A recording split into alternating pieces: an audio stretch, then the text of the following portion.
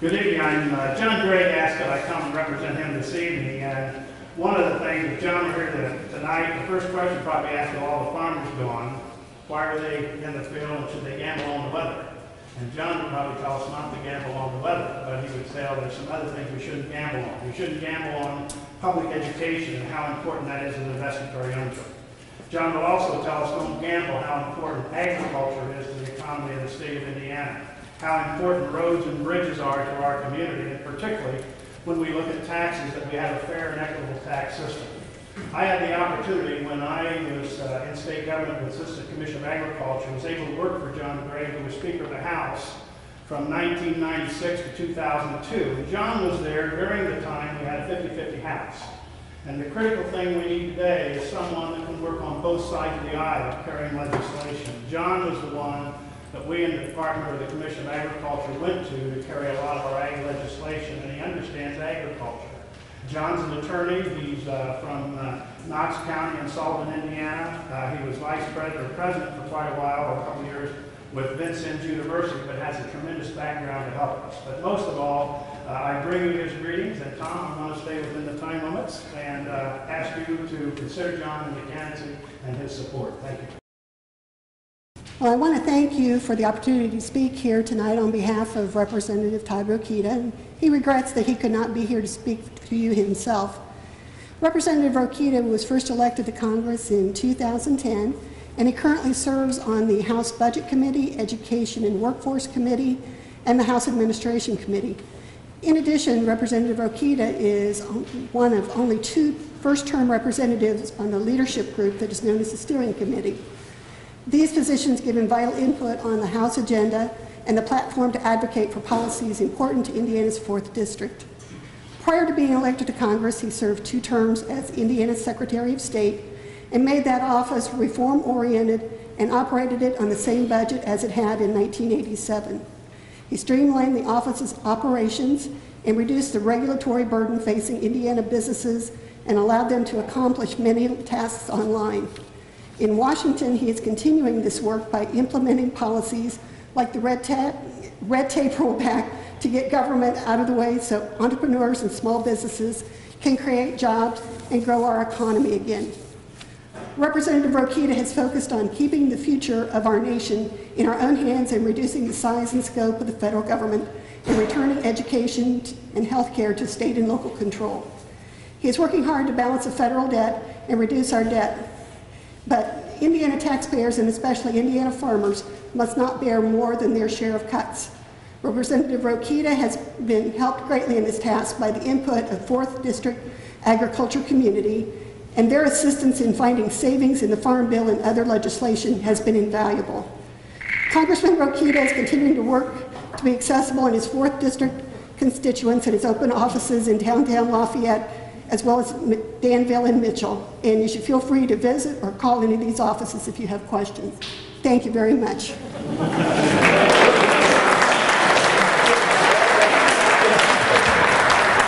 Joan did it. Right under the wire. Thank you very much. Thank you for having me this afternoon, or this evening rather. And I am Lester Terry Moore, candidate for 4th District Congress, Democratic candidate. On the back, I have a brochure listing the many issues and problems confronting our nation.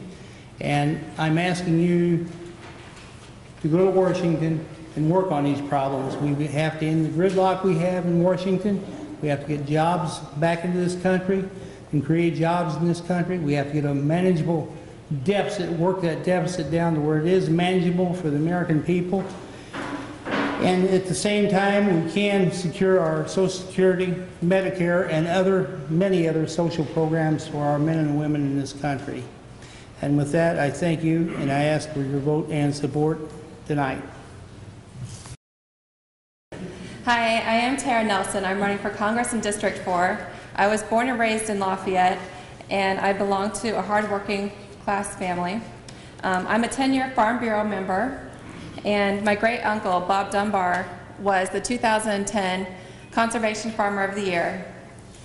I'm going to work hard for you in Washington. I've been working hard my entire career. I started my career out at Eli Lilly in Lafayette here in town as a technical writer for about 4 years, and I believe that that experience will serve me well in Congress to write legislation and not depend on lobbyists to write it for me. I'll identify loopholes and earmarks that shouldn't be there and take them out. For the past 6 years, I've been working as a project manager at Lilly in Indianapolis. It was difficult for me to find some work locally here in town, and that's something that I want to fight for, is jobs in our district. Additional community service is with the American Cancer Society Relay for Life, the United Way, Tippecanoe, which is part of the Lafayette Chamber of Commerce. I'm also an adult Girl Scout member, and my daughter is also involved with Girl Scouts. And I've served 6 years as president of my homeowners association. They think I'm doing a great job, and they re-elect me year after year. I have formal leadership training and experience, which separates me from my opponents. And I'm also from the center of District 4, which you can tell by the map on the flyer, which I have in the back of the room. You may not know, but our incumbent, Todd Rokita, does not live in our district, and from what I understand, has no intentions of moving into our district to represent us. To me, that's important to have someone from our district to represent us in Washington. I'm committed to the middle class and those less fortunate. I'm committed to making education, healthcare, and justice affordable to everyone. And if you agree with my commitments, please vote for me on May 8th. And I appreciate your support. Hi, again, thank you for having me here today. My name is Sharon, running for District 13, which is one of the largest agricultural districts. Agriculture is one of the most important sources for opportunities in our district. I plan on defending it and making sure that all grain and livestock farmers, industries, small businesses are protected from burdensome legislation and overtaxation. My education, I'm a fiscal conservative. I have an undergraduate degree, a BA in finance. I have an MBA in finance. I have been in the corporate world for 14 years, last held position as Chief Financial Officer. I'm also a community leader. I have been the clerk treasurer of the city of Attica for the last 8 years, 3 elections. I'm also a grant writer, and I'm also a small business owner. I own Wolf's Homemade Candies and Wolf's Frozen Custard. I'm an employer. I know what it's like to make payroll. I know what the struggles are. I have 2 grown children. My oldest is 24. He just got sworn in for the Air Force. He is going to officer training school June 5th. We are so excited for him. And my youngest is a 20-year-old. She is a sophomore at Ball State. I've been married for 27 years. I am prepared. I am a proven community leader, and I'm asking for your support May 8th. Thank you. Thank you, Dr. Tom. It's really good to see Dr. Tom and Chris tonight. I haven't seen them since their daughter, Suzanne, went to elementary school with me in Attica, so it's really nice. I have to admit, Tom, Crystal looks like she did when I last saw her. You, not quite as sure as much, but still looking healthy. Get back to the political speech. This is political. You're in my district, so you're looking really good, Tom. So anyway, thank you for having me. I've been to a number of Farm Bureau events the last several weeks, and I have to tell you, what an important group of people, what an important organization. The farm families and the number of farms are diminishing. The Farm Bureau is still chugging away, and I want to tell the members of Farm Bureau that I'm willing to go to the table with you, willing to work with the members, willing to work with the representatives, and above all, I want to let you all know that I can avoid some of that gridlock that even happens in Indianapolis that Lester was referencing as far as the national level. I think the animosity and the anger that has taken place historically, I think someone with some common sense, good judgment, good Indiana morals and values, as I have, being born and raised here, I think I'm going to be able to be a viable representative for you. I think I'm going to earn the respect and command the respect of the current members of the legislature and those new people who will come in. So I will honor your vote, will properly represent you, and thank you. I'm Dan Young, I'm from Attica, and I appreciate your support. Well, good afternoon. My name is Mark Straw, and I'm running for Indiana House District 13. I am a Warren County resident. I live just outside of West Lebanon, where I do operate a farm with my son and my wife, where we have beef cattle and forage operation. So agriculture is a part of my life. Now, what do I bring to this position? I bring to it an experience in agricultural marketing and research. I've done agricultural feasibility studies, business plan development, project administration, grant acquisition, personnel management, and I've been drafting legislation and helping move it through the State House in my current position. So I do have some experience. On the issues side, though, I want to say that we need a strong, viable education system. It's a key component to economic development and the maintenance of our rural communities. We have to have it. I'm for preserving and enhancing the infrastructure required to maintain and create jobs in our rural communities. And finally, encouraging that entrepreneurial spirit that we all know is out there. We have to put that infrastructure in place to make it happen. Well, I can stand up here and tell you all about my work experience and how I've been involved in legislative issues and moving legislation through. The fact is, this is a new district. There is no incumbent, so there is no one with that experience at the state legislature. What is most important are one's values, a willingness to listen to you, our constituents, and ability to quickly determine the impact of issues that we need to address. Some of the things that have happened this year, like dropping the carrier of last resort requirement, changing soil productivity indexes, giving towns authority over the 10-mile aquifer. Those are important issues that we all need to understand. Identifying the unintended consequences of legislation on those of us in the House District 13 is very important.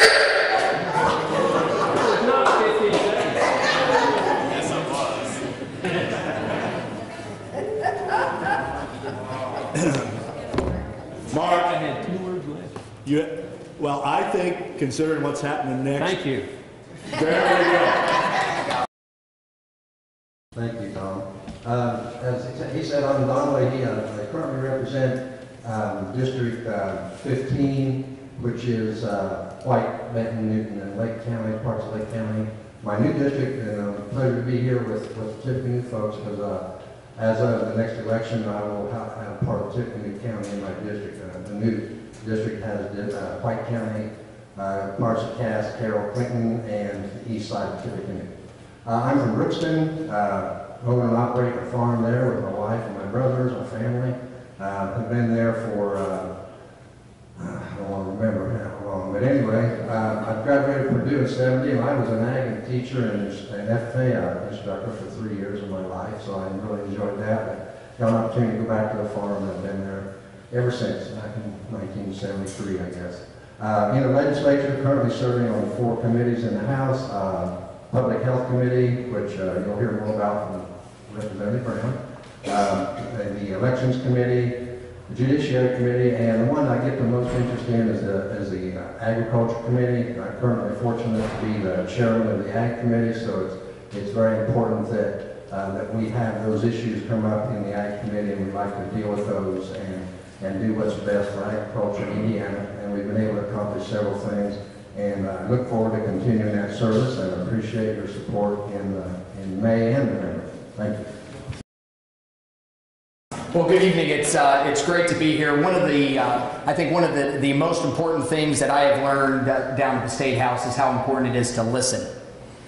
Those that serve in any level of government know how important it is that we take the time to come to things like this, but also make ourselves available to those individuals that have a concern, that have a need. So I just want to say thank you to Farm Bureau for your past support over the last two elections, and also to Farm Bureau for taking the time to actually come down to the State House. And we always are very excited when you come down, and we have a great local contingency that comes down to represent all of you, and I think that that's something that that is very important.